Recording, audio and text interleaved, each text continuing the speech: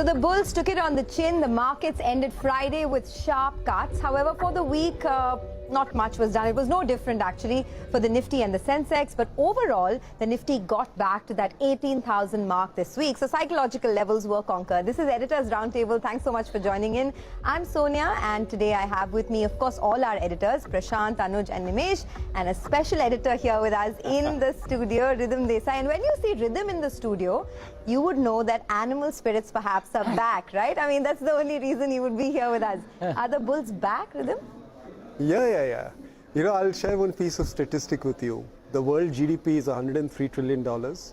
Next year, global GDP growth is estimated to be about 2.5%. 1/6 of that will come from India. India is only 3% of world GDP. And by the way, Ridham has weathered all the rain and hail and storm and all of that. Mumbai rain was trending on Twitter, I saw. I mean, we've been not inside that, the studio, Prashant, but among all of us, he's been still the fittest of all. Oh, you know? And the kind of fitness I was kind of hoping that you would avoid that topic. So the market's fitness is improving, is proportionately improving to Ridham's fitness, right? Ridham, what do you say? I don't know about that. You know, fitness is a state of mind. It's not the state of the body. But Ridham, you should come to our office more often. You've come after what, 3 years? You should come more often, Ridham. Yeah, so Anuj, I've not been to any place for 2.5 years. So yeah, for most places, I'm going there for the first time in 3. But I was just checking with Sonia. I think I was here when the office opened, which she reminds me was around early 2020. Correct. So yeah, it's a little less than 3 years, but yeah, hopefully. It's not very far from my office, so I can probably come here Hop, more skip often. and jump. Hopefully Not in terms of distance, but in terms of time. In Mumbai traffic. I have lots of time on hand, don't worry. I have more time than I can. I had to actually, almost kill time to wait for 3:30 before I left for this. By the way, not many people know that when he was to, lift weights and all, he used to do gymming at 2:33 in the afternoons during office time. I'll tell you. That was the kind of passion he had. An anecdote. This is 2006 or 2007. We were shooting at one of the 5-star hotels. I was wearing, full suited, booted, jacket, tie, and I reached the venue to shoot, and there's this really fit, buffed up person walking towards me. Prashant, How do you feel about that? I kept my jacket on. I switched on CNBC today at around 2:30 to check what attire you have, because I didn't want to be underdressed. Okay, well, as we talk about Ridham's fitness, the market's fitness has also improved, right, Anuj? I mean, overall, I know there were some bumps along the way, and there's a big event upon us, the US Fed policy, but overall, this market has been fit and fine, and how? It has been, though, nothing surprises me in the world anymore. When you can have the highest amount of rain in the season on 16th September, not just in Mumbai, but here in Delhi as well. And really some very interesting things are happening in the world. But I think, Sonia, I want to point out 4 street signs this week, which have given some kind of warning signs. I think Friday was brutal in terms of the market breadth. Because if you look at what happened in the market, today we had 1:6 on advanced decline, and the market leading sector was leading the decline, which is something I always give extreme importance to.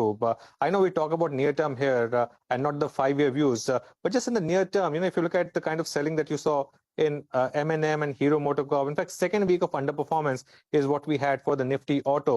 The other point which clearly stood out was that the counter trend rally which we were building in IT, that got punctured this week. The Nifty IT was down 6% for the week and very close to 52-week low. In fact, within 2.5% of 52-week low for the Nifty IT. And again, led by the sector leader, Infosys. The kind of selling that we saw in Infosys towards the end on Friday was a bit eerie, and most large stocks are close to 52-week lows. The third sign to watch out for is what is the smart money doing? Though, you could argue the definition of smart money in this market because retail really bought when everything was capitulating, and FIs actually have bought at the higher level. But even then, over the last few days, you started to see some bit of fatigue from the FIs as well, at least in the cash market. And in the futures market, they're actually building some very aggressive short positions. I don't know why is that the case, but 76% on the short side from the FIs, if you look at the index futures. And one last sign, and that's really a question. And actually, I'll throw that to Ridham. The question really is that, is the decoupling still intact? Because while the Indian market is still an outperformer, is this 2004 or 2008? In 2008 as well, there was a lot of noise about decoupling, but when the market caught up with US market, we actually saw a big decline. Actually, Ridham, let me ask you this question. Is the decoupling still intact? See, Anuj, every single US recession of the last 30 years has produced a bear market in India. So that we may skirt a bear market this time is your version of decoupling. I'll say less coupling. Decoupling is a little too dangerous to say. But we cannot be completely immune to global events. The fact is that we are amongst the top 5 world economies and world markets. So we will get affected by global events, maybe with a lag, but we will get affected. So if the SPX is going to keep making lower levels, then it's hard for the Nifty to make a new high. And very appropriately, we didn't actually make a new high. We came off as soon as we were all excited about a new high. It's a good sign, I think. You don't want the market to get too exuberant and run away and then crash. So it's better that we correct and behave more sensibly, as I think we have done this week. I think in that context, with the inflation data that came out from the US, right, now the expectations are that maybe not 75 basis points, it could be 100 basis points hike as well in the meeting next week. That's the big event to watch. But the other big event that Prashant is tracking closely is India's inclusion in the global bond index. What would the implications of that be? I mean, it's a big if, right? If it happens or not. Let me go across to the big wall and tell our viewers what this could be, this could look like. And I'll tell you why we are talking about this now, right? So this is the big event ahead. I should have probably put a question mark here because hopefully this will happen. Inclusion of Indian government bonds to global bond indexes. I mean, the chatter is growing that this is very imminent now. It could come any day, actually. Some that I've spoken to, or maybe it'll come towards the end of this particular month. Now, you know, the story, let me just tell you the story so far. India is the only large emerging market which doesn't have its government securities as part of global bond indices. India opened its equity markets fully to foreign investors in 1993, but it's been cagey about doing so for bond markets, primarily because the concern has been that, you know, hot inflows and hot money outflows of course more worrisome, could have a big impact on the currency market. So it's been kind of held back in opening up the bond market to global investors. But things started to change from 2013, 2014. Let me just quickly tell you, the various steps which have happened along the way, the road to the global inclusion. You know, there were various foreign investor categories which all got merged. FII, QFI, it all became FPI. There were revisions which happened as far as some certain quantitative restrictions in terms of how much foreigners can buy of Indian government bonds. There were things like, you know, the government waiving limits through the voluntary retention route. The last one which happened was a separate category of bonds which was created, which was called the FAR, the fully accessible route. So foreigners could buy bonds which were sort of put in this bucket, the FAR bucket, the fully accessible route bucket, in unlimited amounts. Okay, so this is the story so far. Why are we saying that this may happen now? What has really changed, right? What has changed is a couple of things. India, first of all, has been on the watch list of index managers like JP Morgan, FTSE, etc. This is like the MSCI Emerging Market Equity Index. I mean, in the same way that they have, these indices for stocks, you have indices for bonds as well. The big event which happened earlier this year was Russia, with its 8 to 10% weight in some of these global indices, got excluded because, of course, its annexation of Ukraine. With Russia's exclusion, these indices became very unbalanced, and as a result of which, like it's happening in equities and bonds as well, investors are now asking these index managers like JP Morgan or Barclays or others to include India. I mean, India is one of the largest and most, not largest, but it's a very liquid market out there, and investors are now putting pressure on these index managers and saying, well, we have no problem, we'd be happy to buy Indian bonds, so why not include them? And that's the reason why, let's just go back for 1 second, that's the reason why, even though government securities are still not on international clearing platforms like, Euroclear, it's no longer a problem for investors. So this is essentially what has changed. JP Morgan is the index manager which announces the decision of its review sometime in September historically, and that's why we are saying the moment could be now. This is a quick overview of the Indian GSEC market. These are latest numbers. The total GSEC market size is about 86 lakh crores. The bonds which are owned by FPIs through the fully accessible route, in that bucket is about 59,000 crores. The non-FAR bonds, which are owned by FPIs, is another 82,000 crores. In total, foreign ownership of government securities is 1.41 lakh crores. It's about 1.6% of the total. What could the inclusion look like? I've just taken two examples, the Bloomberg Barclays Index and the JP Morgan Emerging Market Index. These are the passive AUM funds which track these particular indices, and look at what potential weights could look like and the inflows which we could see. A one-time potential inflow of $30 to $40 billion could come through if India is made part of it. And according to Morgan Stanley, after this, you could see about $18.5 billion in the every year over the next decade or so, taking the total weight of foreigners of India in these indices to about 9% by 2031. By the way, this is Indian foreign ownership of government bonds. India is at 1.6%. Look at other countries. There is absolutely no comparison. The implications you asked, I mean, obviously, there is another new set of buyer for these bonds. So bond yields head lower. That's a reduction in the cost of capital. It's, of course, positive implications for equities as well as a result of, new set of buyers and the lower cost of capital. And, of course, INR could see appreciation because of that, but that will have to be managed. This is the past timeline for inclusion in the bond index, and what could really happen from here, which we will put out as well. I mean, so this is a big one. This is the table.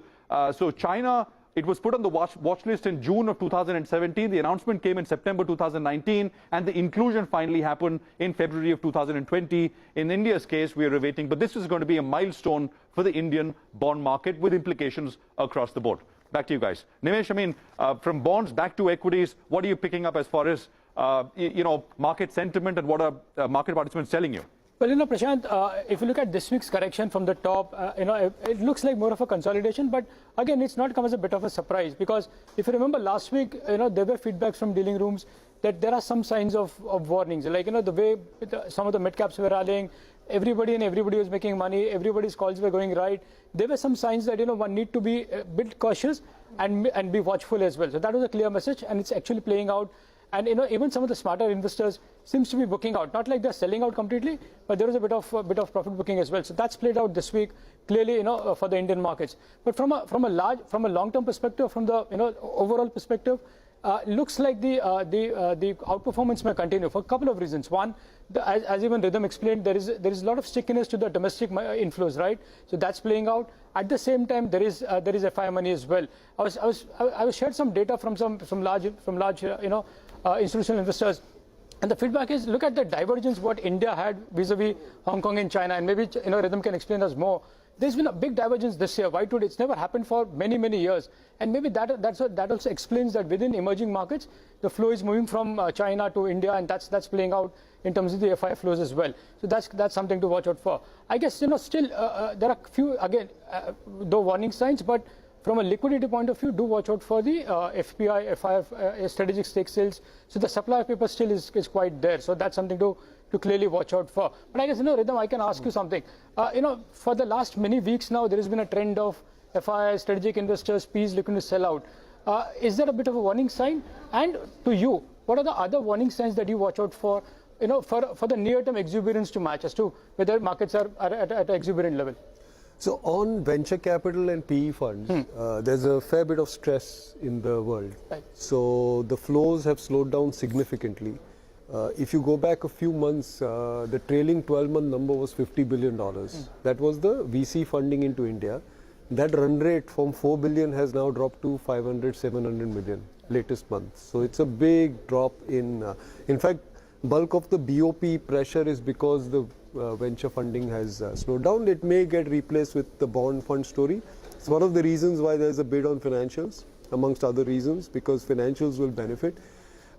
So yeah, there's it's not a warning sign. It's just the amount of stress that's there in the VC world. No, apart from the private equity investors, we are seeing a lot of strategic guys selling out, right? Like in Indigo, there was Ganwal. Oh, obviously, he had already announced that he's going to sell. But I'm seeing a lot of promoters selling out, a lot of strategic investors selling out, big chunks, 5%, 10% in block deals. what to read into this? Is there something that one should be careful about, and what? So I think, Nimesh, the reasons are different for different sell downs. So, for example, there are a few PE funds that have to shut down. They have to, so they have to report. They have to take the money off the table, and if they don't have fresh funds coming in, which is the case with a lot of PE funds, then they have to sell. Otherwise they can transfer to a new fund. So that could be one explanation. There are other people looking to invest in other places, and that's why they are selling some stock. I don't read much into it from a top-down singular reason perspective. Sure. Okay. Well, one sector that I have to ask you about is the big comeback that we've seen in the auto sector, right? But before that, I just want to get some data points on board. So let me go to the big wall now. Now, what happened this week is the autos made a huge comeback after many years of a slowdown, right? So the big question that we're asking is this a structural uptrend? Now, let's take a look at the auto stocks hitting fresh highs. M&M hit an all-time high last week. Maruti is at a 4-year high this week. Ashok Leyland all-time high. Seat all-time high. JK Tyres 4-year high. So there's a clear trend over here. Autos and ancillaries are hitting fresh highs. Now, is the risk reward turning favorable? So let's give you some data. In the last 5 years, between FY17 to 22, the earnings, the compounded earnings of the auto sector fell by 6.7%.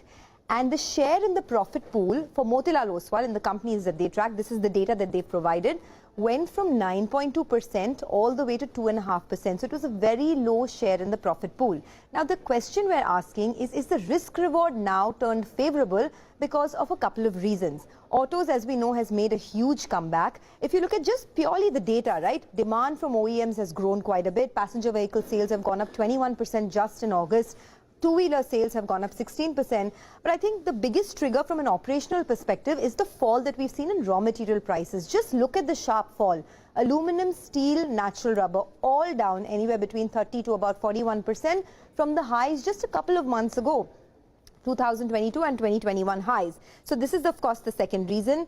The other thing that we're noticing is that SUVs, the segment has grown rapidly, and that takes us to the premiumization angle where people want to upgrade to better cars, to there's higher kit value for many of these auto ancillaries, new launches. In fact, M&M told us that the B&C segment now has a market size of 98,000 units per month on which they want to capitalize. Finally, the premiumization beneficiaries are, of course, many of these tyre stocks, and perhaps that's the reason why you saw them rally, because they have better safety measures in the tyres. Also, for example, right, Apollo Tyres has a Vredestein brand, which is much more expensive than a normal Apollo Tyres, 40% more expensive, and they recently launched it in India, and now it's in all the SUVs, the new launches. So that's, of course, one trend. And finally, the commercial vehicle growth. Just look at the moves we've seen this year. Overall, CV is up 76%, MHCV is up 108%, and LCV is up 63%. So that's the big question we're asking. And in fact, I want to toss this question to you, Ridham. Autos, a big comeback. But I'll do one thing. I'll take a short commercial break and come back with this very question. Do stay tuned in. We're back with Editors Roundtable in just a bit.